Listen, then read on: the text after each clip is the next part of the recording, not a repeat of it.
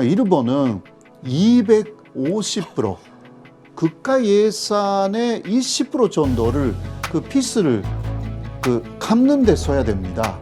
더 이상 올리면 개인 파산도 나올 것이고 국민들의 삶의 질이 계속 나빠지고요. 이게 사회 문제로 번질 가능성이 있는 거죠.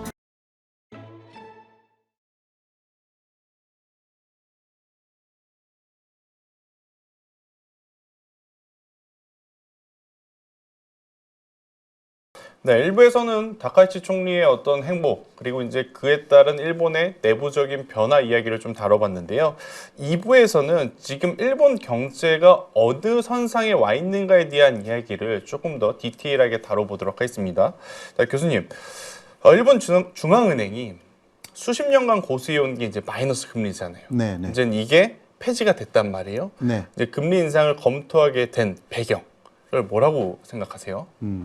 아무래도 직접적인 요인은 너무 오랫동안 저금리 기조였다.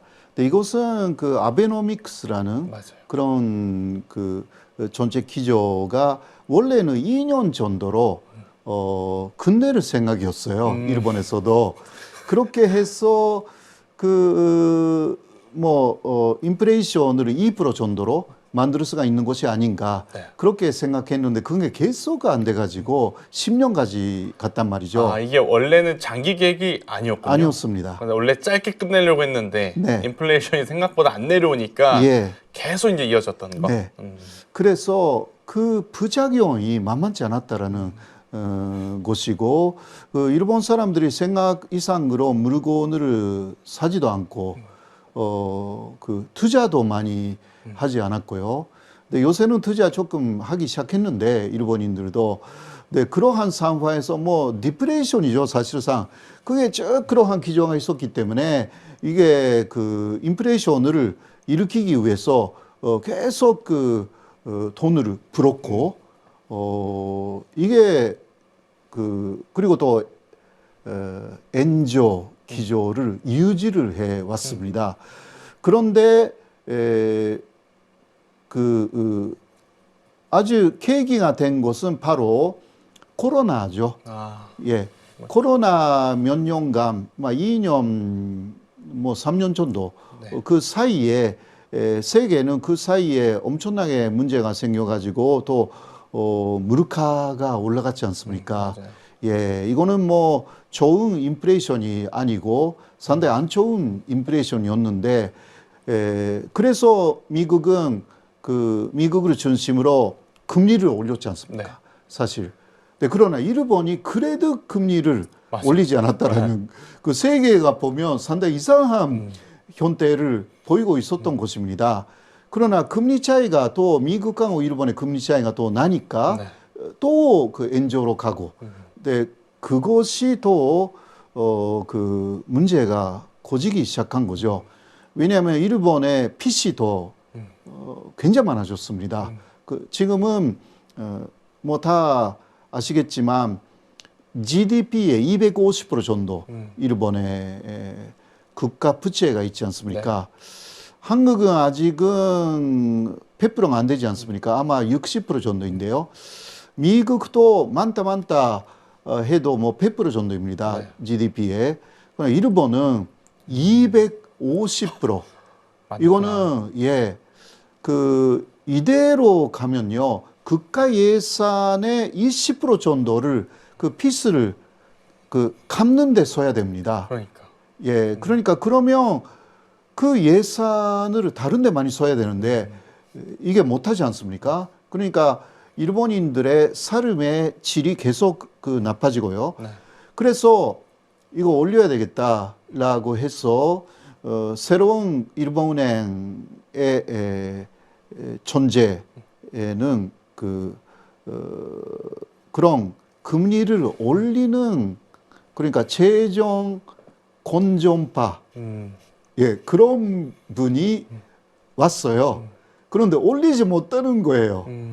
조금씩 올리기는 했어요. 그러니까 이게 올리려고 새로운 분들이 오셨는데 그것도 바로바로 못 올려고 있었던 시기가 그렇죠. 있었던 거죠. 지금도 맞습니다.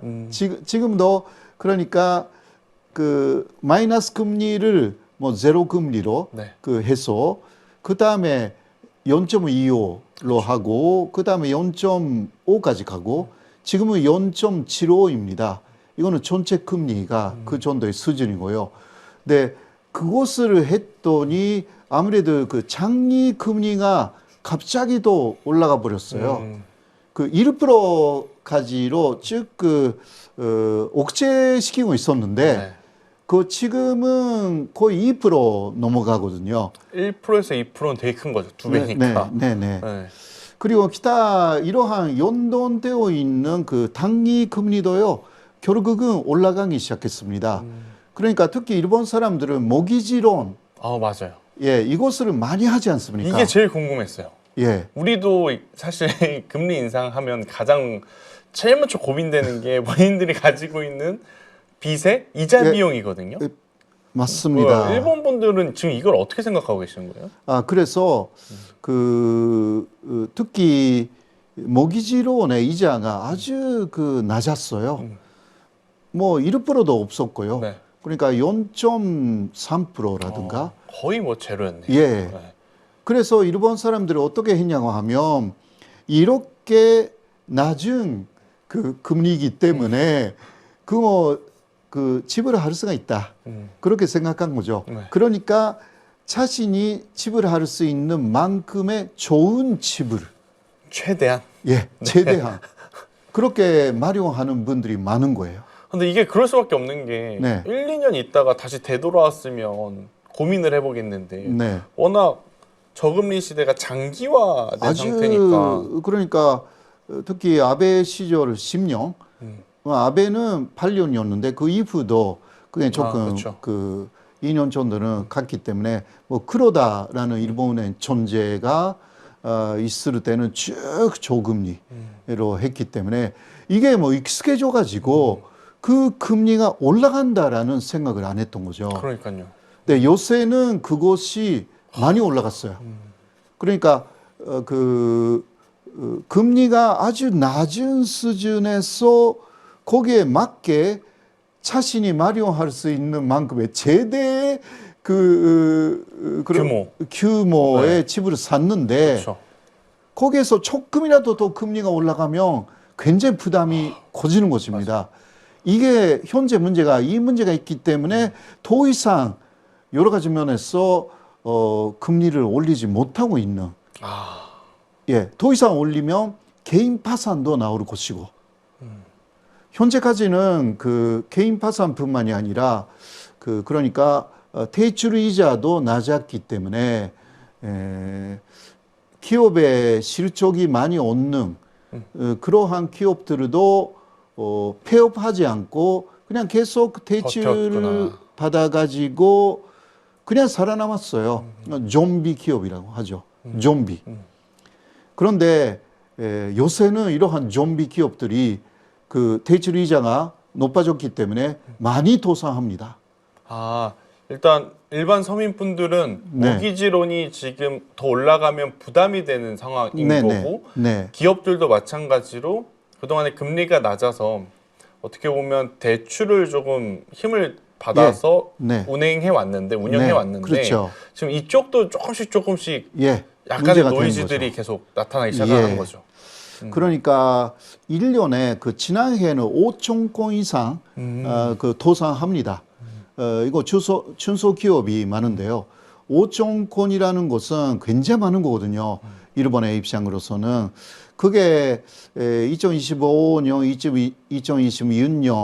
2026년으로 지금은 들어왔는데 계속 많아지고 있는 상황이라서 이게 사회 문제로 번질 가능성이 있는 거죠. 왜냐하면 그 해고 당할 수밖에 없기 때문에 그런 분들이 어떻게 하느냐라는 문제가 있기 때문에 더 이상 일본은행의 존재도 올리고 싶은데 사실 세계의 그런 특히 미국하고 비교하니까 일본은 이 금리 차이를 조금 좁혀야 되는데 이건 못하는 것입니다. 예, 사회 문제하고 연결되어 있기 때문에. 그러니까 이해관계가 계속 부딪히니까 이걸 안 할 수도 없는 상황. 그렇다고 하자니 예. 자국 국민들의 피해가 조금 크게 예상이 되는 네. 뭐 국민뿐만 아니라 뭐 기업까지도 네, 그런 맞습니다. 상황인 거죠. 네. 그러면 지금 일본이 앞서서 국가 부채가 지금 GDP의 250%에 이제 해당한다라고 했는데 금리 인상이 만약에 일본 정부의 예산 집행과 경제 침몰로 이어질 가능성도 있는 건가요? 그래서 그 부분은 양쪽의 이론을 말하시는 분들이 굉장히 많이 있습니다. 그러니까 다카이치는 오히려 저금리로 가자. 지금 계속 그걸 네네네. 유지를 하는 거잖아요. 네네. 네. 그렇게 해야 더 엔조 기조가 만들어지고 엔조이면 수출에 유리하다. 그렇죠. 그렇지 맞아요. 않습니까? 네. 그래서 수출품이 많이 팔리는 것이 결국은 그 GDP를 끌어올릴 수가 있는 거 아니냐, 막 이런 이야기를 하는 거죠. 근데 그러나 그거는 너무 안이한 생각이다라고 재정 건전파는 반대하고 있죠. 그렇게 하면 일본이 피트송이가 될 가능성이 충분히 있고, 그리고 엔조이기 때문에요. 현재 그 해외로 나가려고 하는 졸음은 우수한 인재들이 많아지고 있습니다. 자국 화폐 가치가 자꾸 떨어지니까 네. 그러니까 자국 내에서 일자리를 얻으시려고 하는 것보다 네. 해외로 이제 넘어가신다. 예. 엔지니어. 내 능력이면 미국에 갈 수도 있다. 미국에서는 그 초봉이 막 원으로 말하면 500만 원 받을 수가 있는데 일본에서는 270만 원이다. 사실 그 정도이거든요. 270만 원, 뭐 27만 엔 말하자면 그거 한국에서도 그 유명한 회사예요. 소니라든가 네. 이런 데가 아직 이 초봉 270만 원 정도니까 한국은 그거 있을 수 없잖아요. 그렇죠. 대기업이면. 그러니까 이제 그게 뭐 지금 정보가 공개되어 있는 세상이라서 중국도 한국도 우리보다 너무 많네라고 해서 이게 비교 우위가 될 수밖에 없잖아요. 예. 네. 비교 대상이. 그래서 특히 일본의 유명 대학교를 나온 인재들이 해외로 나가려고 해요. 예, 이게 문제가 있는 거죠. 이거를 빠르게 잡아야 될 텐데. 네. 그죠? 바르게 잡기 위해서는 어느 정도 엔고가 돼야 돼. 엔고가 돼야 되는데 그러기 위해서는 금리를 역시 올려야 되고. 올려야 된다. 예. 그러면 또 눈에 보이는 주식은 더 떨어지거든요. 그러니까 그래서 예. 좀 다카이치 총리를 바라보시는 분들 중에 다수가 이제 포퓰리스트다. 네, 이건 네. 그냥 단순히 이제 그들의 마음에 들기 위한 정책이지 중장기적으로 실제 본인들 나라에 그렇게 실효성이 없다. 이렇게 또 판단하시는 분들이 많잖아요. 예. 그러면 이게 결국에 이제 독이 되고 있는 상황인 거죠. 될 가능성이 충분히 있고 그래서 다카이치 총리가 이번에 대선 선거에서 대승을 했는데 이게 언제까지 이 그 지지율이 높은 지지율이 그대로 갈 것이냐. 왜냐하면 경제적인 상황이 안 좋아지면 안 좋아질수록 지지율이 떨어지거든요. 맞아요. 그래서 이번에 선거도 정기국회가 1월 23일에 시작되었는데 그 시작은 그 질문 많이 받아야 되거든요. 네. 일본 총리가 네. 그것을 완전히 무시하고 그 중요 해산을 했어요. 이유는 질문 받기 시작하면 이러한 부분들이 나오잖아요. 그렇죠. 그러면 이게 불리해진다 이거예요. 그러니까 본인들도 그들을 설득할 만한 자신이 없었구나. 예. 그렇죠. 질문이 왔을 때. 네. 그렇기 때문에 아무래도 그 질문은 날카로운 게 많이 들어오지 않습니까? 맞아요. 그러니까 그게 있기 전에 그냥 아예 해산하고 네. 이겨버리자. 그 다음은 사람들 숫자가 우리 아군이 많아지면 질문 시간도 아군들이 많아지는 것이고 맞아요. 그러니까 야단들은 질문도 그렇게 오래 못하게 될 것이다. 이게 그대로 돼버렸어요. 이번에. 그런 부분은 어떤 뭐라고 할까 도박 같은 그 해산을 했는데 그거는 상당한 성공을 거두었습니다. 그러니까 이번에. 일단 눈앞에 닥친 어떤 위기는 좀 피하고 보자식의 예, 판단이었는데 시간이 지나고 나서 보니까 그러니까 그들에게는 좋았던 예. 선택으로 보여지는. 예. 하지만 일본 전체로 봤을 때는 어떻게 될지 몰라요. 그렇게 좋은 선택이 예. 아닐 수도 있는. 예, 6개월 후, 또 1년 후가 되면 이대로 그러니까 돈을 계속 풀고 네. 그 국세를 계속 발행하고 발행하고. 이러한 정책이 일본 경제에 굉장히 안 좋은 그러니까 그 영국 쪽에서는요 이런 이야기를 해요. 그 제2의 트로스가 되는 거 아니냐. 영국의 트로스 정권이 있었잖아요. 네. 예, 다카이치는 그런 전형 아니냐. 그거는 해외에서는 그렇게 보거든요. 근데 일본 안에서 그렇게 이야기하는 사람들은 소수는 있지만 전체적으로는 다카이치를 너무 좋아하는 사람들이 많은 거죠. 지금 실제로는. 예, 실제로는 아직은요.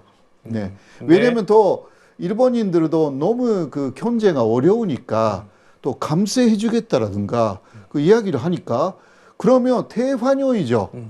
예, 어려우니까 여러 면에서. 그러니까 지금 기다리고 있어요. 언제 감세해 주냐. 기다리고 있는데 그거 혹시 못하면 또 문제가 돼요. 미뤄지거나 예. 못하면. 예. 그렇죠. 그리고 또 딴 말을 하거나 그런 가능성 충분히 있거든요. 예, 이게 그러니까 다카이치도 엄청나게 이겼는데 그 다음 엄청나게 패배할 가능성이 있어요. 네. 그러니까 본인들에게 먼저 지금 믿음을 준 사람들에게 보답을 해주지 못하면 결국 그 대승의 네. 어떤 간격 예. 기간은 좀 적어질 수 있다. 예. 이렇게 좀 생각을 하시면 될 것 같고 네. 지금 또 한 번 큰 좀 파고가 있었는데 엔캐리 트레이드라는 예. 게 있잖아요. 예, 예. 이게 또 청산되는 경우의 수도 우리가 고민을 좀 해봐야 되잖아요. 네네. 또 이건 일본만의 문제가 아니라 여기 엮여 있는 투자처들 뭐 크게 글로벌하게 보면 우리나라도 있을 것 같고 미국도 있을 수 있을 것 같고 그런데 만약 엔캐리 트레이드가 청산이 될 경우에는 글로벌 이 자산 시장에서 그냥 글로벌 자산 시장에서 자금이 이탈하게 될 가능성이 높잖아요. 일본에서. 예, 예, 예. 이거는 그러면 우리가 어떤 부분을 주의를 해야 되는 게 좋을까요? 아무래도 그거는요. 일본 은행이 금리를 인상할 때가 그 엔캐리 트레이드 청산이라는 움직임이 일어나는 시점이다. 그러니까 라고 할 수가 지금은 있습니다. 계속 낮은 금리를 유지를 했기 때문에 이걸 이용한 투자의 방식들이 통했는데 네. 만약에 일본 중앙은행에서 한번 여기서 금리를 탁 예. 올려버리면 네. 그거 우선은 뭐 이미 있었습니다. 그러니까요. 그러니까 이게 그 지난해였나 그 8월에 재작년에 8월 15일. 예. 예, 그때 엔캐리 트레이드 청산이라는 소리가 많이 들렸거든요. 맞아요. 예. 그때 그 일본이 그때까지는 굉장히 저금리였는데 갑자기 금리를 0.2%, 맞아요. 25%라도 올리면 그 영향이 굉장한 영향을 컸던 그날 거죠. 되게 힘들었거든요. 네. 근데 아마 저뿐만 아니라 저희 파리로 모니터 가족분들도 다들 그랬을 거예요. 예, 그래서 예. 그런 고민이 있는 거예요. 네. 그래서 앞으로 그럴 확률들이 지금 계속 있을까? 예, 네. 지금은 그 다카이치이기 때문에 조금 그 돌을 걱정이 되는 거죠. 일단 계속 누르고 있으니까. 예. 그때는 이시바 정권이었기 때문에 이시바 정권은 기본적으로 총리 자체가 재정 건전파 그러니까 금리 올리자라는 사람이었어요. 그런데 다카이치는 그대로 하자라는 사람이기 때문에 조금 걱정이 덜할 것 같던데 그래도 다카이치도 주변의 사람들의 그리고 실제 숫자가 나쁘다라고 하면 그 어느 정도의 금리 인상을 허용할 가능성이 충분히 있습니다. 그거는 충분히 정보를 얻어야 되는 부분이라고 할 수가 있습니다. 참 일본도 쉽지 않네요. 네. 어떤 수치상으로 보면 올려야 되는 건 맞는데 올리게 되면 또 그러니까 사회적인 문제로 그러니까 가니까요. 또 그 사회적인 문제들이 본인들의 그 표심과 네네. 직접적으로 또 연관이 있으니까 네네. 이제 안 할 수도 할 수도 없는 예, 맞습니다. 그런 입장이구나. 그러니까 일본의 개인 투자자인 이제 와타나베 부인들이 네. 최근 엔캐리 트레이드를 중단하고 이제 투자 방식을 바꾸고 있다고 하는 이야기들이 많아요. 이런 이야기는 뭐예요? 어떤 그러니까 와타나베 부인은 사실 그 일본 여자라는 이야기잖아요. 네. 조금 돈이 있고 나이도 조금 있고 여유가 있으신 분들. 예. 네. 네, 그러나 투자하는 거 잘 모르기 때문에 아주 그 가장 쉬운 그냥 엔캐리 트레이드로 간다. 그러니까 N으로 다른 나라의 동화를 사고 그러면 이게 금리 차이에서 좀 이익이 그렇죠. 생기지 일단은 않습니까? 그 엔화에서 네네. 다른 기축 통화를 바꿀 때 그 네네. 약간의 이제 수익성 그렇죠. 그거를 받는 거죠. 예. 네. 네, 그게 아주 투자에 대한 지식이 없는 그냥 아줌마도 할 수가 있기 때문에 이게 와타나베 부인이라고 그런 이야기들이 예, 나오는 거구나. 예, 이름이 붙여졌고 그런데 와타나베 부인이라고 하는데 그 10%는 남자라고 합니다. 그럴 수 있죠. 네. 예, 그 10%는 남자인데 아무래도 일본 사람들은 좀 다른 일을 하면서도 아주 쉽게 할 수 있는 투자 그 생각할 때는 그 N을 활용하는 그러한 뭐 엔캐리 트레이드 같은 것을 선호했다라고 할 수가 있는데요. 그러나 그게 지금 그 일본의 금리가 또 올라가면 그것도 벌이가 많이 없어진다라는 그렇죠. 것으로 이제 주식 쪽으로 이동하고 있다라는 것인데요. 왜냐하면 그 엔화에서 다른 기축 통화로 이제 바꾸면서 나오는 수익은 한계라는 게 있잖아요. 예, 맞습니다. 근데 이제 이 한계보다 최근에 증시의 변동성을 보면 더 크니까 예.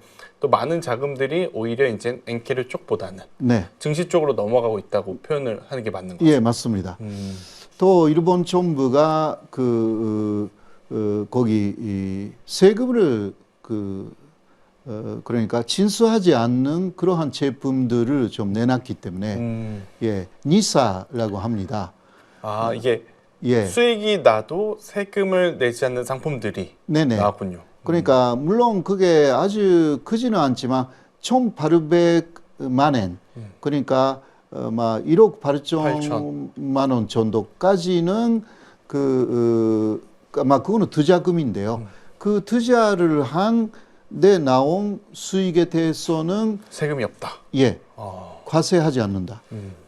네, 그러니까 그 정도로 하니까 투자를 하는 데 조금 쉽게 할 수 있게. 그러니까 이제 투자금을 조금 크게 넣어도 네네. 이제 부담스럽지 않으신 거죠. 그런 이야기죠. 그런 것을 그 정부가 마련해주기도 하고 하니까 조금씩 그런 주식 투자를 하시는 분들이 많아지고 있는 것입니다. 현재는. 그러니까 최근에 우리나라 증시도 그렇지만 일본 증시도 꽤 많이 올랐거든요. 예, 맞습니다. 그런 자금들이 지금 들어오고 있어서일 수도 있겠죠. 예, 그런 이야기가 될 것 같습니다. 아무래도 또 엔캐리 트레이드를 그만두고 네. 또 이쪽이 더 좋다. 또 다카이치가 계속 엔저랑 하니까 그러면 주식은 올라가는 거 아니냐? 맞아요. 이게 좀 있는 거예요. 이게 저금리 기조가 유지가 되면 여전히 은행에서 약간의 어떤 대출을 받아서 또 투자 쪽으로 넘어올 수 있으니 낮은 이자율 때문에 그래서 이제 증시에도 조금씩 더 관심을 갖고 있는 게 그렇죠. 현재 어떻게 보면 일본 상황이라고 말씀을 할 해주시는 수 거죠. 있는 거죠. 알겠습니다. 자, 오늘 호사카 유지 교수님 모시고 굉장히 다양한 이야기들을 좀 한 것 같아요. 1부에서는 정치적인 다카이치 총리의 어떤 행보에 따른 일본의 변화, 그리고 이제 2부에서는 현재 일본의 경제 상황에 대한 진단과 함께 지금 엔캐리 혹은 환율에 대해서 많은 분들이 이제 고민이 있으신 것을 조금은 속 시원하게 들을 수 있었던 시간인 것 같습니다. 오늘 함께 해주신 세종대 대양 휴미니티 칼리지 호사카 유지 교수님은 여기서 보내드리도록 하겠습니다. 감사합니다. 감사합니다.